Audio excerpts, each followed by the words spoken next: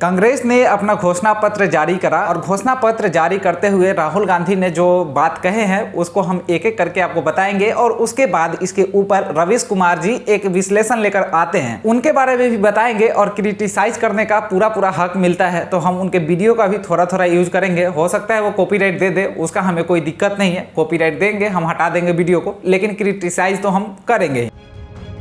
बहुत जरूरी है कि जनता इस बात को समझे कि ये नॉर्मल चुनाव नहीं है, ये लोकतंत्र को बचाने का, संविधान को बचाने का चुनाव है और इसको लड़ना और जीतना बहुत जरूरी है। ये चुनाव 2-3%, 5% और बाकी हिंदुस्तान के बीच में चुनाव है और जो बाकी हिंदुस्तान चाहता है वो इस मैनिफेस्टो में है और जो 2% चाहता है, जो अदानी जी चाहते हैं, वो आप उनका मैनिफेस्टो देख लीजिए, आपको पता लग जाएगा। उसमें उनकी रिक्वेस्ट लिस्ट पूरी की पूरी आपको मिल जाएगी। तो जैसा कि आप वीडियो में सुने हैं कि राहुल गांधी अपने घोषणा पत्र को जारी करते हुए ये कह रहे हैं कि 2024 का लोकसभा चुनाव कोई आम चुनाव नहीं है, बल्कि यह लोकतंत्र बचाने का एक बहुत बड़ा चुनाव है और लोगों को इसमें ज़्यादा से ज़्यादा भागीदार होकर के लोकतंत्र को, भारत के लोकतंत्र को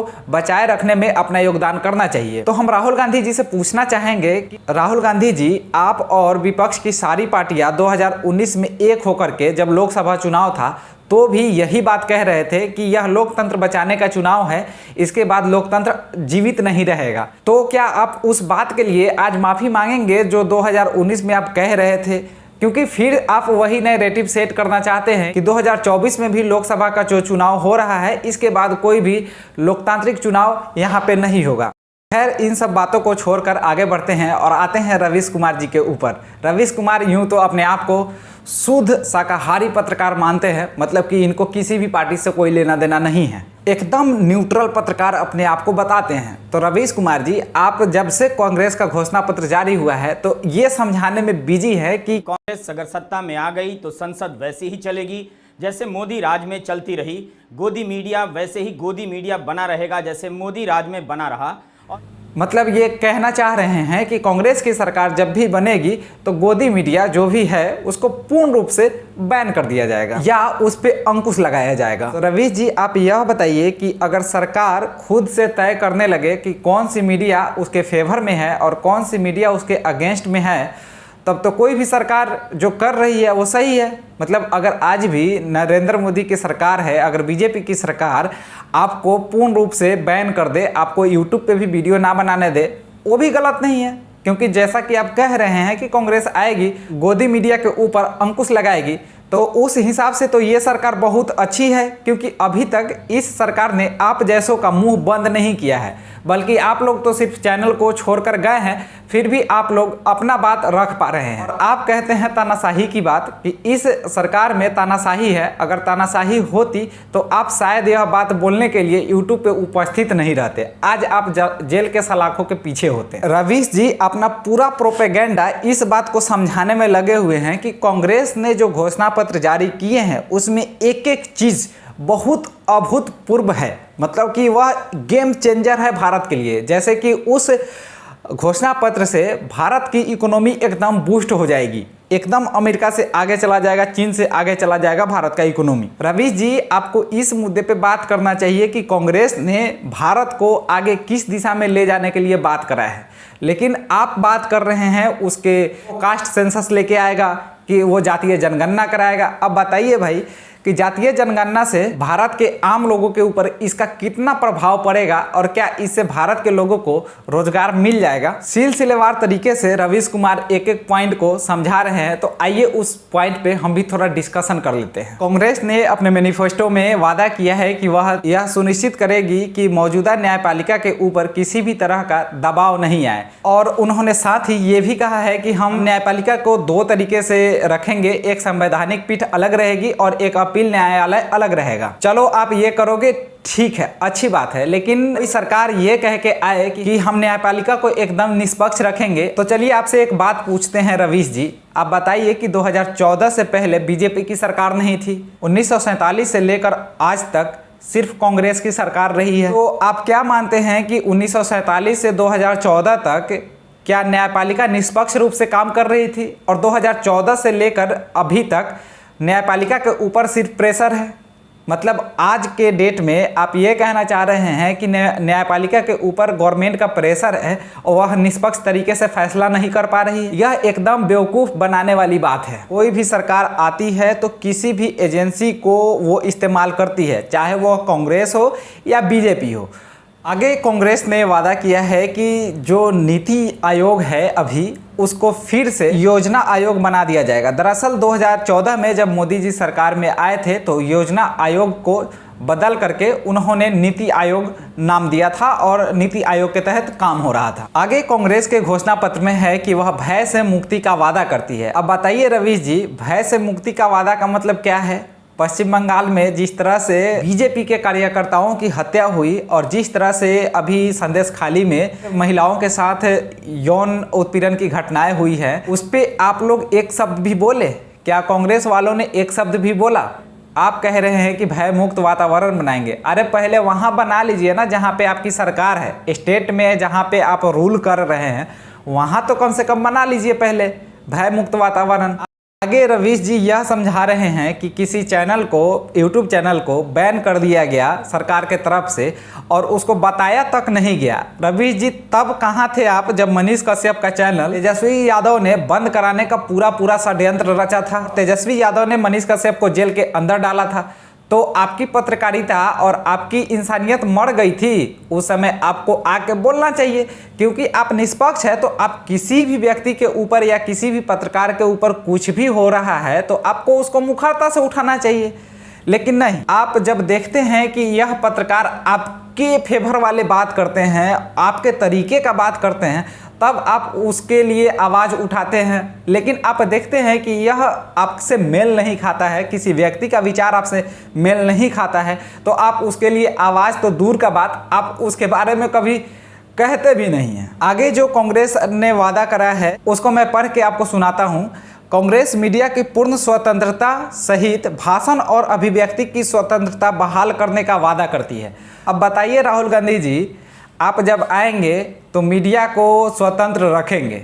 स्वतंत्र रखने का क्या मतलब है? क्या मीडिया अभी स्वतंत्र नहीं है? आप मुझे बताइए कि कौन सी मीडिया है जिसको बैन किया गया हो सरकार के विरोध बोलने से? ध्रुव राठी को देख लीजिए, ध्रुव राठी सरकार के खिलाफ इतना बोलता है, लेकिन उसको क्या बैन किया गया? नहीं किया गया। रवीश जी चीख चीख कर रात दिन गाली देते हैं बीजेपी वालों को, क्या उनका चैनल बैन किया गया है? अभिसार शर्मा जो पूर्ण रूप से रात दिन मोदी सरकार को गाली देते रहता है, उसका चैनल बैन किया गया। अजीत अंजुम को उठाइए, आप तमाम इस तरह के पत्रकारों को देख सकते हैं जिनके चैनल को ना तो बैन किया गया, ना उनके बोलने पे आज़ादी को रोका गया। लेकिन आप कह रहे हैं कि हम मीडिया को पूर्ण रूप से स्वतंत्र रखेंगे। स्वतंत्र रखने का मतलब आपका समझ में आ रहा है। आगे इन्होंने जो वादा किया है उसको हम पढ़ के बताते हैं। कांग्रेस मानहानि के जुर्म को अपराध मुक्त करने और कानून द्वारा नागरिक क्षति के माध्यम से त्वरित उपाय प्रदान करने का वादा करती है। अब बताइए, मानहानि का मुकदमा आप कह रहे हैं कि इसको अपराध मुक्त कर दिया जाएगा। भाई क्यों अपराध मुक्त क्यों होना चाहिए? कोई व्यक्ति मेरे ऊपर झूठा आरोप लगाता है, मुझे गाली देता है और मैं उसके ऊपर मानहानि का मुकदमा भी दायर नहीं करूं, एकदम अपराध है। किसी भी, आप खुद सोच करके देखिए कि आपके घर में किसी व्यक्ति को झूठे बात से उनको टॉर्चर किया जाता है या किसी भी तरीके से उनको सामाजिक क्षति पहुंचती है, तो क्या उसको अपराध के श्रेणी में नहीं डाला जाना चाहिए? आगे लिखा है कि कांग्रेस इंटरनेट के मनमाने और अंधाधुंध निलंबन को समाप्त करने का वादा करती है। मतलब किसी एरिया में राइट्स हो रहे हैं और आप वहां पे इंटरनेट को निलंबित नहीं करेंगे। मतलब इनका कहना यह है कि जैसे जम्मू कश्मीर में धारा 370 को हटाया गया था तो उस समय कुछ दिनों के लिए इंटरनेट को बैन किया गया था, वैसा ये नहीं करने देंगे। अरे भाई थोड़ा सा अक्ल लगाओ और बताओ कि अगर किसी जगह पे हिंसा भड़की है और किसी जगह पे दंगे हो रहे हों तो क्या वहाँ पे इंटरनेट ज़रूरी है? और इंटरनेट को क्यों बैन नहीं किया जाना चाहिए? वहाँ इंटरनेट के माध्यम से तरह तरह के मैसेजेस के थ्रू लोगों को भड़काया जाता है और आग में घी डालने का काम किया जाता है, इससे राइट्स और बढ़ेंगे। तो इसलिए सरकार जगह जगह पे ज़रूरत के हिसाब से अभी इंटरनेट को निलंबित करती है और इसमें कोई गलत बात नहीं है। आप कह रहे हैं कि हम निलंबन को एकदम रोक देंगे, अरे रोक दोगे तो उससे घटना होगी। आगे लिखा है, कांग्रेस दूरसंचार अधिनियम 2023 की समीक्षा करेंगे और उन प्रावधानों को हटा देंगे जो बोलने और अभिव्यक्ति की स्वतंत्रता को प्रतिबंधित करती हैं और जो निजता के अधिकार का उल्लंघन करती है। आगे जो इनके वादे हैं वो भी सुनते जाइए। कांग्रेस वादा करती है कि कांग्रेस भोजन और पहनावे, प्यार और शादी और भारत के किसी भी हिस्से में यात्रा और निवास की व्यक्तिगत पसंद में हस्तक्षेप नहीं करेंगे। सभी कानून और नियम जो अनुचित रूप से हस्तक्षेप करते हैं उन्हें समाप्त कर दिया जाएगा। रवीश कुमार जी आगे ये कहते हैं कि कांग्रेस ने जो घोषणा पत्र जारी किया है वह वाकई एक क्रांतिकारी घोषणा पत्र है।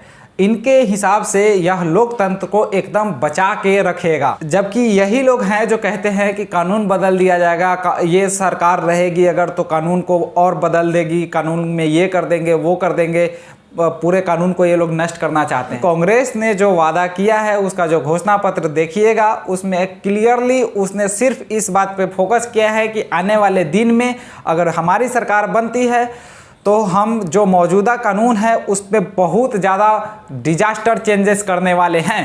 इस बात को हम समराइज करते हुए आपको बताते हैं कि कांग्रेस का जो अभी घोषणा पत्र है उससे शायद ही कांग्रेस के जो वोटर भी हैं वो भी शायद पढ़ेंगे तो वो इस बात से एग्री नहीं करेंगे, क्योंकि यह जो कांग्रेस का घोषणा पत्र है वह सिर्फ और सिर्फ मोदी के नीतियों के विरोध में है। मतलब इसमें ऐसा कुछ है ही नहीं कि भारत को वह किस तरह से आगे बढ़ाना चाहते हैं।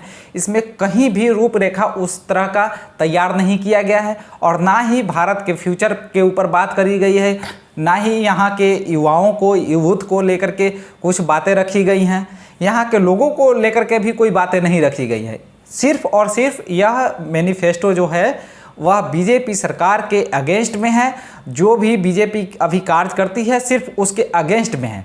मतलब कि जैसे बीजेपी ईडी का इस्तेमाल करती है, सीबीआई का इस्तेमाल करती है, इवन इस्तेमाल हम नहीं बोलेंगे क्योंकि 1947 के बाद से इनकी सरकार रही है। तो आप बताइए कि सीबीआई का इस्तेमाल सबसे ज़्यादा किसने किया होगा, और हम क्यों सोचे कि कोई भी पार्टी आएगी तो वह न्यूट्रल रहेगी। ईडी और सीबीआई के इस्तेमाल कोई भी पार्टी करेगी अगर उसको किया जा सकता है, मतलब कि अगर कोई भी सरकार उसका इस्तेमाल कर सकती है, जैसा कि ये लोग कहते हैं कि अभी बीजेपी ईडी और सीबीआई का इस्तेमाल करती है, जांच एजेंसियों का इस्तेमाल करती है, पुलिस का इस्तेमाल करती है इवन, तो आप बताइए कि क्या कांग्रेस की सरकार अगर बन जाती है तो क्या वो इसका इस्तेमाल नहीं करेंगे?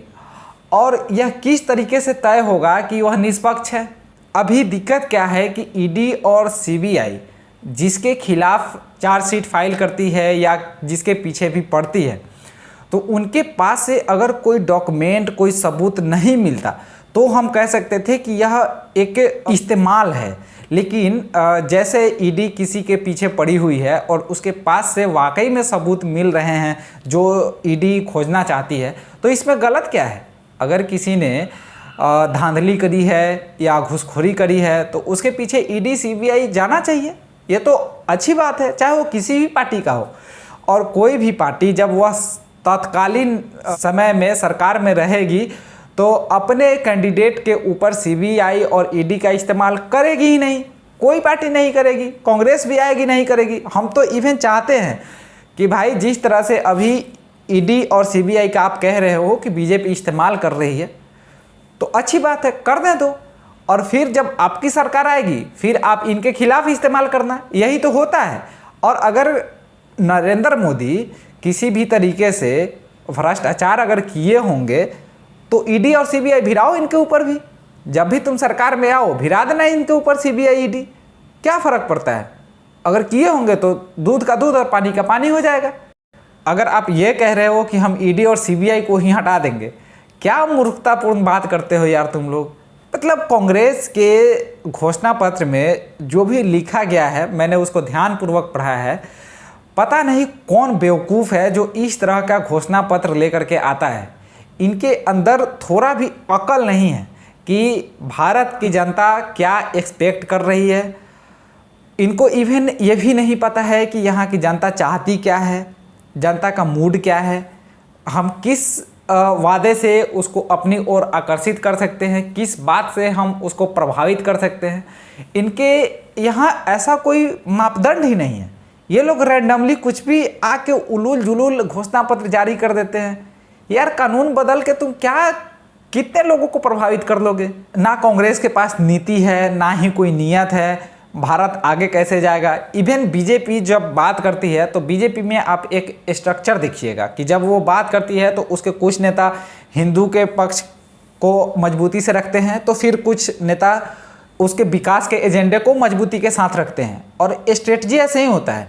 फिर कुछ नेता उसके घरेलू जो वातावरण जो पॉलिटिक्स चल रही है उसके ऊपर बात करते हैं। मतलब उनका एक बटा हुआ है, कैटेगरी बटा हुआ है कि किसको किस मुद्दे पे राय रखनी है। कांग्रेस में वैसा कोई नेता नहीं है जो किसी मुद्दे पे वाकई में बात करे और रियल बात करे। राहुल गांधी है, हर जगह जाते हैं, चिल्लाने लगते हैं आपकी जाति क्या है, आपकी जाति क्या है। अबे क्या चुतियापा तुम लोग करते हो यार? जाति पूछ के तुमको लगता है कि तुमको लोग वोट कर देंगे, और तुम एक जाति को खुश करोगे तो दूसरा जाति वाला कहाँ जाएगा बे? वो किसी और पार्टी को वोट करेगा। और जाति बहुत बड़ा फैक्टर नहीं है। जाति के नाम पे लोग वोट नहीं करेंगे। तुम हजार कह लो कि हम जातिगत जनगणना कराएंगे, उससे कोई लाभ नहीं मिलने वाला है भाई। 2024 चल रहा है और ये लोग, कांग्रेस का मानसिकता देखिए कितना गिरा हुआ मानसिकता है कि राहुल गांधी अपना पैदल यात्रा निकालते हैं और उसमें लोगों से, रैंडम लोगों से मिल के पूछते हैं तुम्हारी जाति क्या है, तुम्हारी जाति क्या है, तुम्हारी जाति क्या है। अरे राहुल भाई, आप ये बता दो कि आपके यहाँ जितने भी लोग हैं और आपके पार्टी में जितने भी कार्यकर्ता हैं, जितने भी अच्छे अच्छे पोस्ट पे लोग हैं, उसमें कितने लोग जातिगत आधार पे आपने रखे हुए हैं? आप लोग तो खुद जाति के आधार पे किसी को रखते नहीं हैं, और आप कहते हैं कि हम जाति का जनगणना कराएंगे। और कांग्रेस के घोषणा पत्र में ऐसा कुछ भी नहीं है जो भारत के विजन को लेकर के हो। आई होप कि आप इस वीडियो को समझे होंगे। मिलेंगे अगली वीडियो में, तब तक आप अपना राय कमेंट बॉक्स में ज़रूर दीजिएगा। जय हिंद।